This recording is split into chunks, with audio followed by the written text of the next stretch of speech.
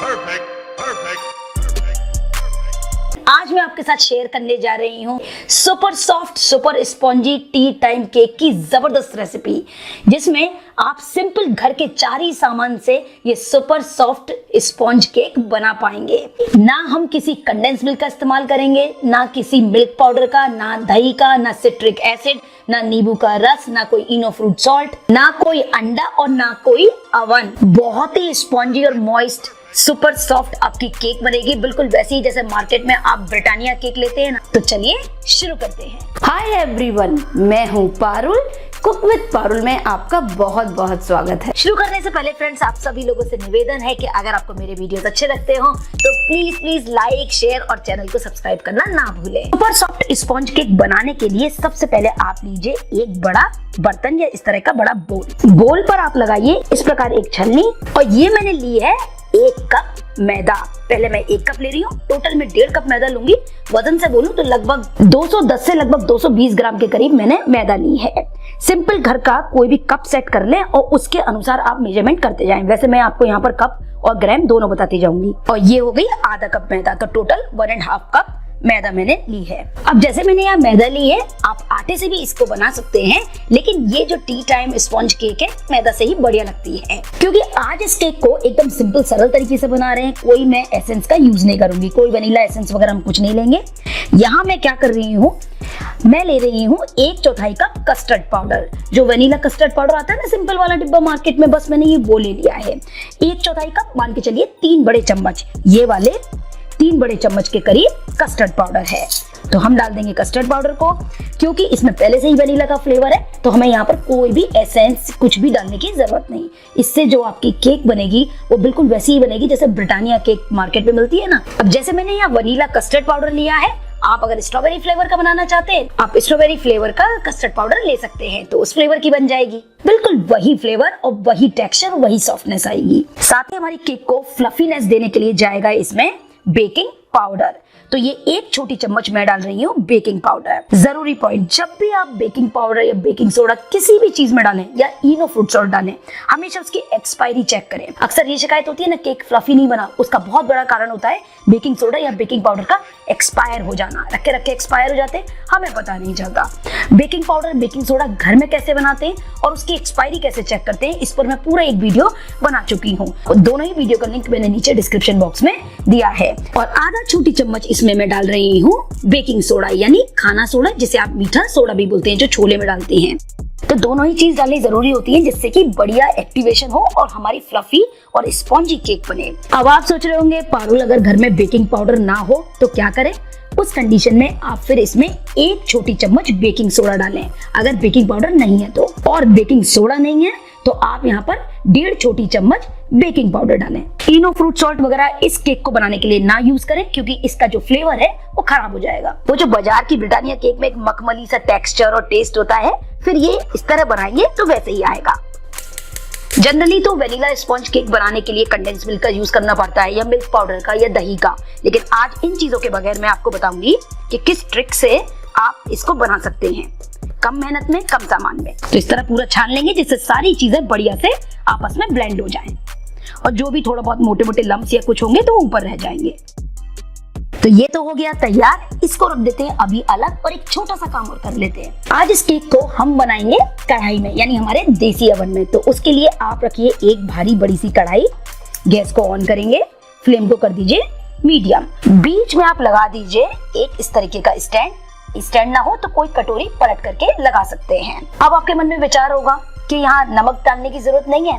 ये बिल्कुल आसानी से बिना नमक के भी आप बेक कर सकते हैं। नमक आप डालना चाहें, नीचे 1 कप के करीब आप नमक बिछा सकते हैं, थोड़ा सा जल्दी हो जाएगा। क्योंकि आज की मैं केक सिंपल तरीके से बता रही हूँ, तो आप बगैर नमक के यूं ही बना लें, कोई परेशानी नहीं होगी। फ्लेम को यहाँ पर आप मीडियम करके इसको हमें करना होगा प्री हीट, जिससे ये गर्म हो जाए। तो आप इस पर लगा दीजिए एक लिड, यानी ढक्कन, या कोई ढक्कन फिट ना हो तो एक बड़ा बर्तन, जैसे मेरी आप पहले की कोई भी केक की रेसिपी देख लीजिए, वहां मैंने दिखाया है, बड़ा बर्तन आप लगा करके इसको बंद कर दीजिए और इसे गर्म होने देते हैं। लगभग 10 मिनट के लिए हम इसे प्री हीट होने देंगे, यानी गर्म होने देंगे। अब आप लीजिए एक बोल, और बोल में मैं ले रही हूँ आधा कप चीनी का पाउडर, यानी जो कप आपने लिया ना मेजरमेंट के लिए, उसी के अनुसार आधा कप चीनी का पाउडर। चीनी को मिक्सी में डाल करके मैंने पीस लिया, इस तरह से फाइन पाउडर तैयार हो गया। तो आधा कप मान के चलिए, अगर मैं चम्मच से बोलूं तो इस बड़ी चम्मच से 5 बड़े चम्मच मैंने पाउडर लिया है चीनी का। थोड़ा कम ज्यादा अपने टेस्ट के अनुसार कर सकते हैं। और अब इसमें मैं डाल रही हूँ आधा कप ही एक्स्ट्रा वर्जिन ऑलिव ऑयल। उसी कप से आधा कप मैं ले रही हूँ एक्स्ट्रा वर्जिन ऑलिव ऑयल।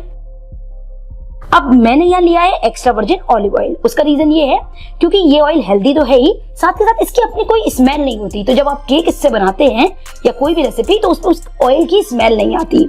मैंने जैसे यहाँ एक्स्ट्रा वर्जिन ऑलिव ऑयल लिया, आप कोई भी न्यूट्रल फ्लेवर का ऑयल ले सकते हैं, जैसे rice bran oil, sunflower oil, कोई भी रिफाइंड ऑयल या फिर घी या बटर भी लिया जा सकता है। ऑयल से सॉफ्टनेस और स्पॉन्ज ज्यादा अच्छा आता है। अब एक विस्कर से हम बढ़िया से चीनी के पाउडर के साथ ऑयल को फेंट लेंगे, लगभग 3 मिनट के करीब। इसको बढ़िया से फेंटें जिससे थोड़ा फ्लफी हो जाए। बहुत से लोग पूछते हैं कमेंट में कि सरसों का तेल डाल सकते हैं क्या? बिल्कुल भी नहीं। सरसों का तेल बहुत ही पंजेंट स्मेल का होता है, तेज स्मेल होती है, तीखापन होता है, केक आपकी खराब हो जाएगी। तो जैसे मैंने बताया, बटर, घी या कोई भी न्यूट्रल फ्लेवर वाला ऑयल आप ले सकते हैं। तो लगभग 3-4 मिनट इसे बढ़िया से फेंट लिया है मैंने, और बढ़िया स्मूथ एकदम हमारा मिक्स तैयार हो गया है, फ्लफी सा। अब नंबर आता है उस ट्रिक का कि बगैर अंडा, बगैर कंडेंस मिल्क, बगैर दही, बगैर मिल्क पाउडर कैसे बनाएं।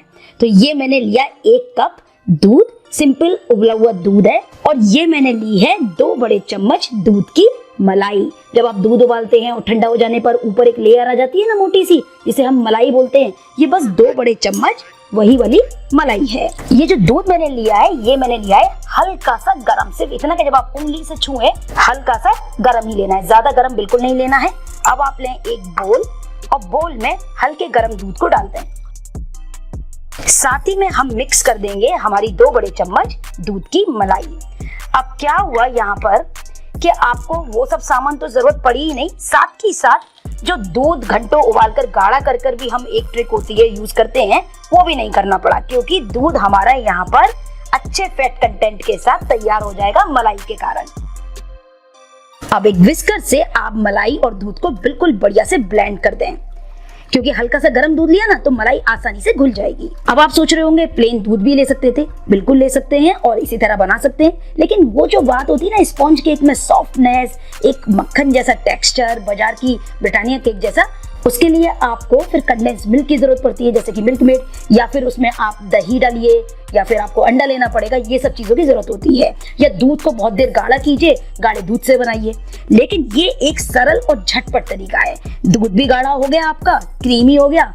अब इससे जब आप केक बनाएंगे बिल्कुल वैसी ही बनेगी जैसे कंडेंस मिल्क से तैयार होती। और मान लीजिए मलाई की फैसिलिटी भी नहीं हो पा रही है, तो फिर आप यहाँ पर मिल्क पाउडर डाल लें, लगभग 3 से 4 बड़े चम्मच, और इसको गाढ़ा कर लें। वैसे भी किया जा सकता है। चलिए, तो अब ये जो ऑयल और चीनी वाला मिक्स था, उसी में ये दूध और मलाई वाला मिक्स भी डाल देते हैं, यानी लिक्विड हमारा एक तरफ तैयार हो गया। मिक्स कर दीजिए। तो चलिए अब ले लेते हैं केक टिन जिसमें हम केक बनाएंगे। तो मेरे पास ये चौकोर वाला केक टिन है और गोल वाला, दोनों ही हैं। मैं आज इसको इसमें बना रही हूँ, चौकोर वाले में। अगर आपके पास गोल है तो आप गोल में भी बना सकते हैं। थोड़ा सा डालेंगे ऑयल, 1 छोटी चम्मच के करीब, और इसको ग्रीस कर लेंगे। आपके पास अगर बटर पेपर हो तो यहाँ पर आप बटर पेपर भी लगा सकते हैं और भी आसानी से केक निकल आएगी। लेकिन बगैर बटर पेपर आप क्या करें वो मैं बता रही हूँ, क्योंकि आज मैं इसे बगैर बटर पेपर ही तैयार करूंगी। थोड़ी सी डस्ट कर दें आप मैदा, सूखी मैदा लेकर के इस तरह से डालिए, सब तरफ इस तरह घुमा करके मैदा को कर लीजिए डस्ट। इससे क्या होगा कि आपकी केक बिल्कुल चिपकेगी नहीं, आसानी से टिन से निकल आएगी। सभी चीजों का ऑनलाइन परचेज करने का लिंक मैंने नीचे डिस्क्रिप्शन बॉक्स में दिया है, तो आप इन चीजों को ऑनलाइन भी परचेज कर सकते हैं। ये लीजिए, मैंने पूरा मैदा से इसको डस्ट कर लिया, और जो भी इसमें एक्स्ट्रा मैदा हो उसको आप निकाल दीजिए। तो लीजिए, टिन भी रेडी हो गया। अब जो नेक्स्ट चीज मैं ले रही हूँ वो है टूटी फ्रूटी, क्योंकि आपने देखा होगा ना जो बाजार की ब्रिटानिया केक होती है उसमें टूटी फ्रूटी होती है। बिल्कुल ऑप्शनल है, दिल करे तो डालें, नहीं दिल करे ना डालें। ड्राई फ्रूट्स का मन करे तो आप काजू बादाम वगैरह भी डाल सकते हैं बारीक काट करके। टूटी फ्रूटी में भी थोड़ी सी मैदा डस्ट कीजिए। इससे क्या होगा कि जो शिकायत रहती है ना कि टूटी फ्रूटी डाली वो सारी नीचे बैठ गई, तो वो नीचे नहीं बैठेगी, वो आपको बीच बीच में भी केक में आएगी। तो इस तरह बस 1 छोटी चम्मच मैदा डाल करके इसको कोट कर ले। तो अब ले लेते हैं अपना ड्राई मिक्स जो भी तैयार किया और उसमें अब हम धीरे धीरे करके डालेंगे हमारा जो भी हमने दूध और ऑयल का मिक्स तैयार करके रखा था। थोड़ा थोड़ा करके डालें और मिक्स करते जाएं। जेंटली मिक्स करें, बहुत तेजी से ना मिक्स करें वरना क्या होगा कि केक बीच में से दबी रह जाएगी। लिटिल बाय लिटिल हम मिक्स करेंगे जेंटली और इसका एक गाढ़ा घोल तैयार करेंगे रिबन कंसिस्टेंसी का। अक्सर लोग ये बोलते हैं कि बीच में से केक दबा रह गया, कि वो उसके 2 रीजन होते हैं। एक तो केक को ज्यादा फेंट लेना, दूसरा एक एक्साइटमेंट में जो हम बार बार लिड खोल खोल के चेक करते हैं ना केक को, उसके कारण केक बीच में से दब जाता है। तो वो बिल्कुल ना करें। और ये देखिए इस तरह से जेंटली मैंने सभी चीजों को मिक्स कर लिया और आप देख सकते हैं कि जब मैं इस तरह गिरा रही हूँ तो नीचे रिबन से बन रहे हैं, यानी इसकी शेप बन रही है और फिर ये मर्ज हो जा रहा है। ये देखिए बिल्कुल इस कंसिस्टेंसी का हमें घोल को तैयार करना है, ना ज्यादा पतला ना बहुत ज्यादा गाढ़ा। और इसको तैयार करने में सिर्फ ये मेरा 1 बड़े चम्मच के करीब मिक्स बचा है, बाकी सारा इसमें यूज हो गया है। और इसी स्टेज पर अब मैं इसमें डाल रही हूँ टूटी फ्रूटी। अगर आप प्लेन बनाना चाहते हैं तो प्लेन बना लीजिए, टूटी फ्रूटी डालना चाहें तो इस स्टेज पर हम इसमें ऐड कर देंगे और मिक्स कर देंगे। बारीक कटे हुए काजू वगैरह भी डाले जा सकते हैं। ये देखिए परफेक्ट। अब आपने हमारा ग्रीस्ड केक टिन और केक टिन में पूरे मिक्स को इस प्रकार डाल देंगे, थोड़ा सा फैलाते हुए डालें। और ये लीजिए इस तरह से मैंने केक टिन में सारे मिक्स को ट्रांसफर कर लिया और एक बार करिए हल्के से टैप, जैसे कि ये इवन हो जाए। तो चलिए अब अपने केक को रखते हैं कढ़ाई में बेक होने के लिए। 10 मिनट हो गए हैं और कढ़ाई हो गई है बढ़िया से प्री हीट। तो इसको लिड को हटाएंगे। सुपर, बहुत तेज हीट आ रही है और इस स्टेज पर आप धीरे से संभल कर टिन को बीच में रख दें। परफेक्ट। और इस पर लगा दें एक लिड। लिड इस तरीके का लगाएं कहीं से भी स्टीम ना पास हो, या फिर इस तरीके का बड़ा बर्तन कोई हो तो उससे ढक दें। इस तरह भी कर सकते हैं। मेरा ये लिड बिल्कुल फिट है तो मैं इसको लगा देती हूँ। फ्लेम को करेंगे 2 मिनट के लिए मीडियम और 2 मिनट बाद फ्लेम को कर देंगे बिल्कुल लो, एकदम लो फ्लेम पर। लगभग 30 से 35 मिनट के लिए हम केक को कढ़ाई में बेक करेंगे। टाइम थोड़ा ऊपर नीचे हो सकता है क्योंकि देखिए सभी की फ्लेम, कढ़ाई कितनी हैवी है, इन सब चीजों पर टाइम डिपेंड करता है। तो थोड़ा ज्यादा भी लग सकता है टाइम, थोड़ा पहले भी हो सकती है। तो लगभग 25 मिनट बाद हम जरूर चेक करेंगे हमारी केक बेक हो रही है या नहीं। एक और जरूरी पॉइंट, आप बार बार इस लिड को हटाकर ना चेक करें वरना केक आपकी सही से बेक नहीं हो पाएगी, बीच में से दब जाएगी। 2 मिनट हो गए हैं। अब मैं फ्लेम को कर रही हूँ मीडियम से लो, बिल्कुल लो फ्लेम कर दी है और अब इसको हम लगभग 30-35 मिनट के लिए इसी तरह बेक होने देंगे। आप चाहें तो इसको ओवन में भी बेक कर सकते हैं। 180 degree Celsius pre heated oven में लगभग 30 से 35 मिनट के लिए आप इसे ओवन में बेक कर लें। चलिए तो लगभग 35-40 मिनट के करीब हो गए हैं। एक बार चेक कर लेते हैं। वाओ सुपर, ये देखिए क्या मस्त हमारी वेनिला स्पॉन्ज केक बनी है। चाहे तो आप इसे कस्टर्ड केक भी बोल सकते हैं। जबरदस्त फ्लफी। हमने जब डाला था तो आधा था, आपने देखा था टिन में, और कितनी सुपर सॉफ्ट स्पॉन्जी और फ्लफी, हर तरफ से प्रॉपर ये बेक हुई है। मुझे 40 मिनट लगे हैं। टाइम वेरिएशन जैसे मैंने बताया डिपेंड करेगा। तो आप क्या करें, एक बार चेक कर लें। आपने एक नाइफ या टूथपिक और टूथपिक से इस तरह बीच में डालकर देखें। ये देखिए परफेक्ट, टूथपिक गीली बिल्कुल नहीं निकली है, एकदम बढ़िया हमारी स्पॉन्ज केक बेक हुई है। अगर आपको लगे थोड़ा सा गीलापन है तो 5 मिनट के लिए लो फ्लेम पर और बेक होने दें और उसके बाद आप निकाल लें। है ना जबरदस्त वाली रेसिपी, बिल्कुल परफेक्ट रेशो के साथ। जरूर बनाने वाली रेसिपी आप बनाइए, मेरे पूरे वीडियो को वॉच कीजिए और टिप्स को फॉलो कीजिए। परफेक्ट आपकी वनीला स्पंज केक तैयार हो गई। और मैंने केक टिन को कढ़ाई से निकाल लिया है। केक को पूरी तरह ठंडा होने देंगे, उसके बाद हम इसे डिमोल्ड करेंगे। लीजिए केक हो गई है हमारी हल्की ठंडी। तो बस इस स्टेज पर आप लीजिए एक नाइफ और नाइफ से इसके किनारों को कर लेंगे धीरे धीरे अलग, जिससे हम आसानी से इसको निकाल पाए। जरूरी चीज, बहुत देर तक केक को इसी प्रकार ना छोड़े वरना नीचे गरमाई से पानी इसमें आ जाएगा और केक हमारी हल्की नम पड़ जाएगी, यानी गीली सी हो जाएगी। तो बस हल्का सा ठंडा हो, उसके बाद आप इसे डिमोल्ड कर लें। आप रखें एक इस तरह प्लेट और प्लेट रखकर हम इसे निकाल लेंगे। सुपर, ये देखिए इसका बैक टेक्सचर लग रहा है ना एकदम ब्रिटानिया केक की तरह से। क्या परफेक्ट इसका कलर आया है। सुपर सॉफ्ट, स्पॉन्जी, मॉइस्ट, जबरदस्त वाली हमारी स्पॉन्ज केक इतनी आसान तरीके से। तो इसको मैं कर लेती हूँ इस तरह से बीच में से कट।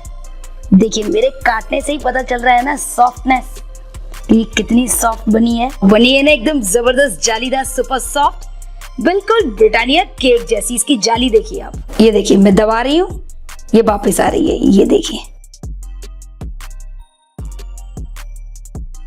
तो चलिए इसको कर लेते हैं कट। और ये देखिए मैंने इसको कर दिया है टर्न, तो मैं इधर से कट कर रही हूँ। अब बिल्कुल वही वाला लुक आ रहा है ना, ब्रिटानिया केक के पैकेट वाला।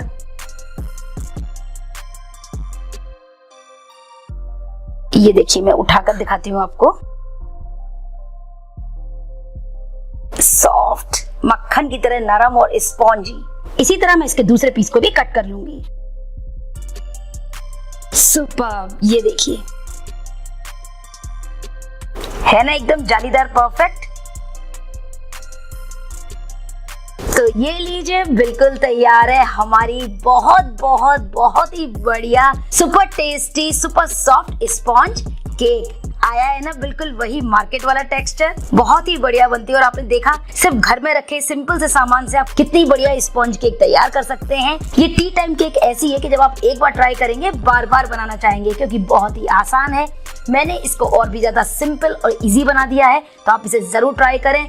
आप भी बनाएं, मुझे जरूर बताएं कि आपकी ये टी टाइम स्पॉन्ज केक कैसी बनी। इसको थोड़ा सा गार्निश कर दिया है पिस्ता से, चाहे तो आप इसको इस तरह सर्व करें या फिर इसको कट करके ब्रिटानिया केक की तरह। उम्मीद करती हूँ वीडियो आपको पसंद आया होगा। अगर आपको वीडियो अच्छा लगा है फ्रेंड्स, तो प्लीज प्लीज प्लीज ढेर सारे लाइक कीजिए, सभी फैमिली फ्रेंड सोशल साइट्स पर शेयर करें और मेरे चैनल को सब्सक्राइब करना ना भूलें। और इसी तरह अपना प्यार मुझे इंस्टाग्राम, फेसबुक पर भी जरूर दें।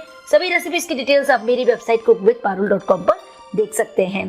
Thank you for watching cook with Parul. जय हिंद, जय भारत।